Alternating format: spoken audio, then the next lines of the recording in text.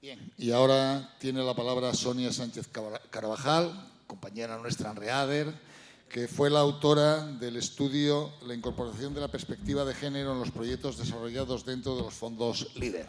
Sonia.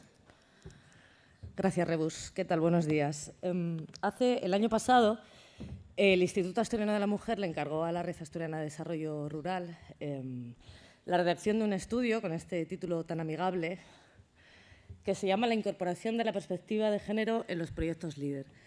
El estudio lo podéis consultar, lo podéis descargar desde la web del Instituto Asturiano de la Mujer. Tiene,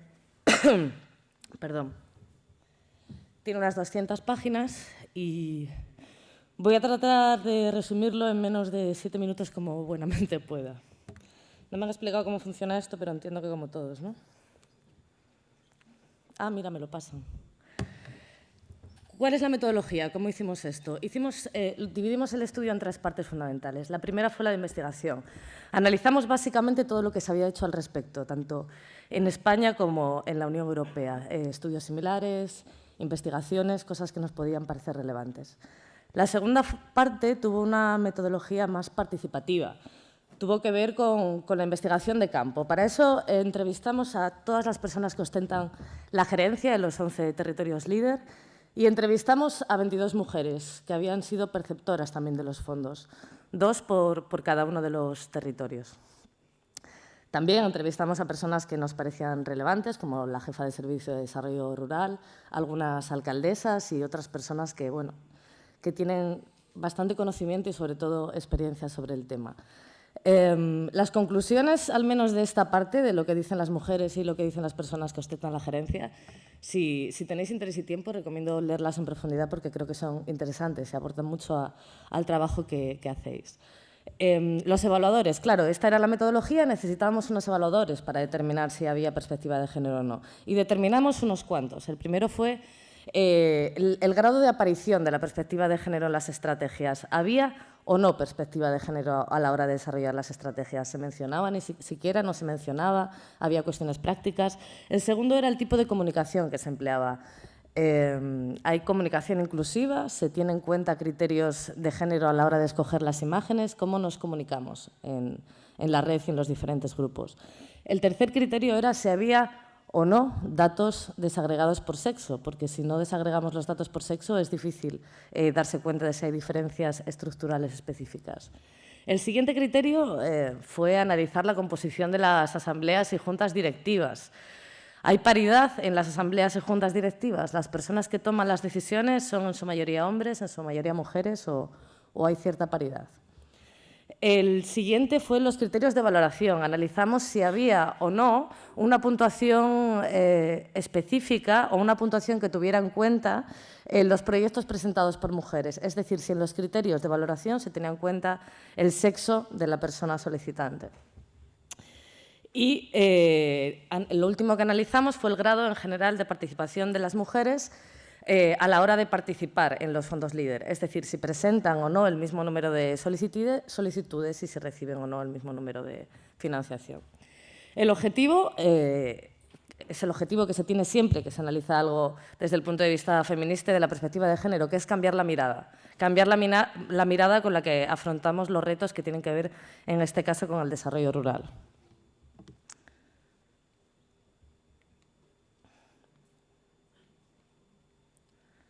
Vale. Capítulo 3. Lo primero, como empieza el estudio, es hablando de las mujeres rurales. No me puedo parar en esto, pero hay algunas cosas que sí que me llamaron la atención. Hicimos una encuesta participativa, como os digo, y hicimos una serie de entrevistas. La verdad es que participaron muchas mujeres y algunas cosas no nos sorprendieron nada y otras quizás sí. La primera y el gran titular es que la conciliación o el ámbito de los cuidados determina completamente la vida de las mujeres y determina también la vida de las mujeres a la hora de emprender. Cuando se crea una empresa no se crea por una única razón y por supuesto que hay una parte que tiene que ver con el desarrollo personal y con querer el éxito, pero hay una diferencia abrumadora entre la principal motivación cuando un hombre emprende o cuando una mujer emprende. Digamos que si lo quisiéramos reducir a un titular, podríamos decir que los hombres emprenden para tener éxito y las mujeres para poder conciliar. La carga de los cuidados está prácticamente en exclusiva bajo la espalda de las mujeres. Y la carga de las tareas del hogar también, y esto salía cuando veíamos la encuesta. Y la carga de los cuidados no se reduce únicamente a los menores a tu cargo, sino también a los mayores a tu cargo, también a las madres y los padres. Y esta realidad es incuestionable, o sea, prácticamente todas las mujeres estaban de acuerdo en eso, y de hecho eso incluso determina los targets, o sea, los perfiles de las mujeres que emprenden. Hay dos perfiles muy claros. Uno es mujeres jóvenes con hijos o hijas a su cargo, y otra es mujeres a partir de 50 años cuyos hijos o hijas ya son mayores y pueden dedicarse a emprender, y además no pueden volver a incorporarse al mercado laboral porque llevan 10 años cuidando. La falta de posibilidades de acceder a un empleo en el mundo rural también es uno de los principales motivos por los que las mujeres emprenden. Yo quería dar un discurso optimista, pero esto es lo que dice. Una cosa respecto a lo que ellas opinan de vivir en la zona rural, más allá de los lugares comunes, ¿no? Como que faltan infraestructuras o faltan servicios, una cosa que me llamó la atención es que las mujeres emprendedoras de la zona rural reclaman ocio, reclaman espacios de socialización, reclaman pasárselo bien, reclaman poder dejar a los críos o a sus padres y madres o a las personas a su cargo un rato y poder ir a hacer lo que sea que tenga que ver con el ocio. Las mujeres rurales reclaman ocio y esto poco se cuenta. Respecto a su relación con los fondos LEADER, critican el exceso de burocratización que tienen y la rigidez. Y esto, las personas que ostentan la gerencia también están de acuerdo con ello. O sea, no hay una diferencia o no hay una separación entre las personas que ostentan la gerencia y las mujeres rurales. O sea, sí que hay una relación, sí que se conocen y sí que están de acuerdo en realidad en las conclusiones. Lo que pasa es que estos criterios vienen marcados, impuestos la mayor parte siempre por Europa, con lo cual la capacidad de las personas que trabajan en los territorios locales de cambiarlo es poca, el margen de actuación es pequeño. Y la buena noticia, por terminar este capítulo de una manera alegre, es que ninguna quiere irse. A pesar de las dificultades, todas dicen que la calidad de vida que tienen y la relación que tienen con el entorno es tan bueno que no quieren irse, que se niegan a irse y que van a luchar por quedarse.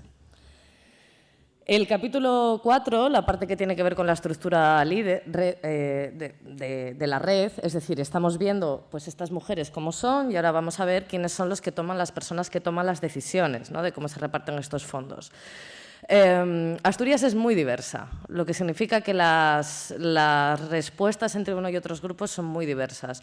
Insisto, si queréis verlo pormenorizado por territorio, podéis descargar el estudio y os voy a dar unas conclusiones generales. Lo que es la Asamblea Junta Directiva, que sabéis que es lo mismo de la red, no cumple la paridad. El 66% son hombres y el 34% son mujeres. Esto se explica, por cierto, porque, como muchas de las personas que están aquí sabéis, las personas que van como el territorio, por su territorio, a representar su territorio en la Asamblea Junta Directiva de la red, son los alcaldes o alcaldesas. Y tiene cierta lógica que sea así.